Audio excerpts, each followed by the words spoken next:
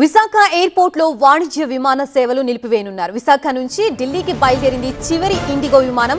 ఈ అర్ధరాత్రి నుంచి విశాఖ ఎయిర్పోర్ట్ సేవలు నిలిపివేయనున్నారు. 6E2018 నెంబర్ విమానం టేకాఫ్ తర్వాత ప్యాసింజర్ ఫ్లైట్స్ నిలిచిపోనున్నాయి. ఢిల్లీ నుంచి విశాఖ చేరుకుంది చివరి విమానం 6E2213 ఇండిగో ఫ్లైట్. భోగాపురానికి వీటీజెడ్ ఎయిర్పోర్ట్ కోడ్ బదిలీ చేశారు. అర్ధరాత్రి దాటాక భోగాపురంలో కార్యకలాపాలు ప్రారంభం కానున్నాయి. విశాఖ ఎయిర్పోర్ట్ లో నాన్ షెడ్యూల్డ్ విమానాలు కొనసాగనున్నాయి. చాలా బాధగా ఉంది. ఈరోజు నైట్ తర్వాత ఇంకా ఇక్కడ సర్వీసెస్ ఉండవని తెలిసింది. అట్లీస్ట్ డొమెస్టిక్ ఎయిర్ ట్రాన్స్పోర్టేషన్ ఉన్నా కూడా బాగుంటుందని అనుకుంటున్నాము.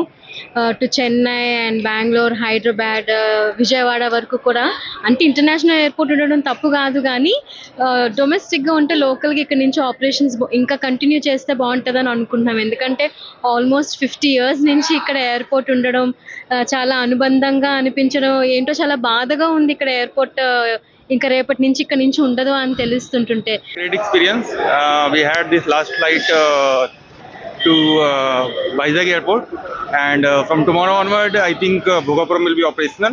And this is the last flight for this airport. I am very happy, the last passenger in the airport.